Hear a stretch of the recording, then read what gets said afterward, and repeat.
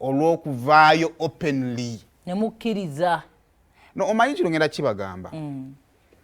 Ffe nga tetweyagalidde twazaalibwa nga tuli baki bakristaayo ne tubatizibwa.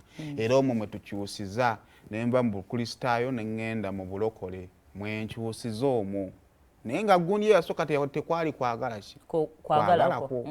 Naye eddiini eno ey'obuwangwa ensonga lwaki ebadde yeekweseemu nnyo ebibi kubanga ebadde ya mu nsiko. Kakati kino kye mulaba kigenda kutuyamba okukendeeza abaana baffe bawamba nga babatwala okusaddaaka kubanga nabo baagala kujjako mu bantu babeeko kibakola ki kyeboogera oba ontegeera. Kati nze kunze waba batandise okuvaayo openly baveeyo. Buli omu byewalabye waliwo bye ekikola ekyakoleddwa kye baakoze buli omu asobola kidibetingako nga bwakola ki. Naye ajja kugamba naffe ebibo baffe byokeddwa nga emisana temuvangayo bikola ki going against it. Nze ndi musamize kyenzikiririza ne mwokisabo. Ekyamasabo gabe gwokeddwa nga misana tukutuku. Abakikirizamu ne mukuba enduulu. Wakati eddiini politics buli omu akikuba akizzawa. Wowe.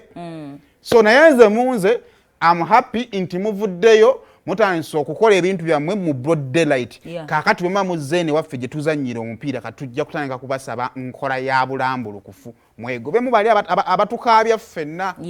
Oli eno ku mulimu okola kanako ne bakatwala ne bakasaddaaka. Nze abamutabani wange omwana wa sister wange bwakaanake bakasaddaaka ne tukaziika. Naye kakati bonna gwe olwola bayambadde embugo olabanga musaddaasi. Ate abantu bagenda ne makerezia ate nno munnanga abatwala abaana bubasaddaaka be bava mu kereziya. Ntegeera bulungi. Be bava mu mizikiti ne batwalira abasawo bano abaana baffe ne babasaddaaka. So for them they prefer omusawo asigale nga olinnya taxi n'ova mu taxi n'olinnya boda n'ova ku boda n'olinnya boda y'eggaali n'ova ku ggaali n'ogenda w'otambula nga gomesi oziwanise bw'otya nti oyita mu kitoogo okutuuka ku musawo. N'oluma enkoko ojjuke omwana yaluma enkoko. Kaiso otwe process y'okuziika Katonda. Omuweereza Mbazira Ssaalongo wamulese gokkiriza obudde buzibe ne buziba ate ne bukya. Bakabona mbasaba twetoolole jjajja waffe tumwetoolole. Ono tagendako musaalaba basibo ne banyabo kubanga ye tattanga ku muntu. Omusaalaba guno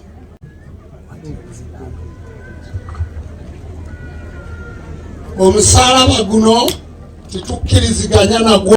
Jjajja waffe Ayi Kyetone Katonda wange Namugereka Agololiiso ddene Sserubaale guludde eddoboozi lugaba wa byonna.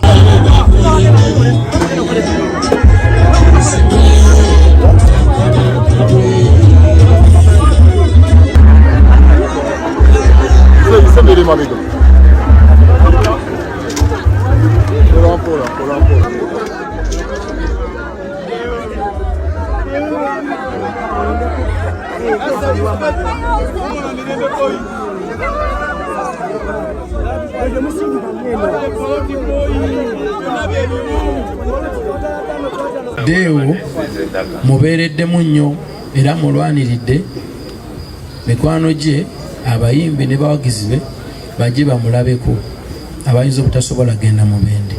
Mukwano gwange gwani agenda okulwanirira manze oli natoba naye Baby Deo era n'abakimanyi bakimanyi. Twatuulanga naye ku booda okwo ne tugenda ne tutoba ku waleti, tugenda ne tutoba mu viiki ekireka, ne tugenda ne tutoba ebwayise mu Lions, ne tugenda ne tutoba ku jam session zonna ze mumanyi ezaabangawo na wano ne tujja ne mu studio ne tugendayo nga ntambula naye ku booda. Kyova olaba mulwaniridde nga nze Dikenzo wa leero. Nze Baby Deo nayinanga akapichi kange nga ziza ziyoni ebiseere majisole nga gienere ebiseere ebyo yatutwalako mu mmotoka ebikubanga yalina hits nga nnyingi nnyo. Kati nga twekuŋŋaanya ffe ne twesanga awo ekibuye ne tugenda oba tugenze yimba nansano baluddawa ne twawukana bwe tutyo. Kati twali tuli awo nga Kenza akubayo akayimba ne Mickey Wine nga atandika okwambuka mpola ne ngamba abakyali bange nange batandise okukola ki okuvaayo. Kenzo naagula emmotoka awo ebiseera ebyo emmotoka eyo baali bagiyita gituwalingi mbijjukira byonna naye abimanyi naye Kenzo yandaga okuwagala kuba nalina girlfriend wange twaligaba okitegeera twaligaba ku show nga nze nazze n'akapiki kange nga nange njagala nvimbemu n'abaakabi nemugamba kyali wange ntwalira girlfriend wange nange amanye timbeera n'abasajja abakola ki abaliko bambi teyaganda girlfriend yamuntwalira mu tawuni nange bye yankolera girlfriend nasiima nga naye kumanyi gani Kenzo kati lwaki njogedde ebyo ebintu nasiima mukwano gwange gwani agenda okulwanirira eno yessaawa gy'olina okukola ki okutereeza ebintu ebyo tumekinga sure nti osobola oyimbayo akayimba kamu ne kakoleyo ku ssente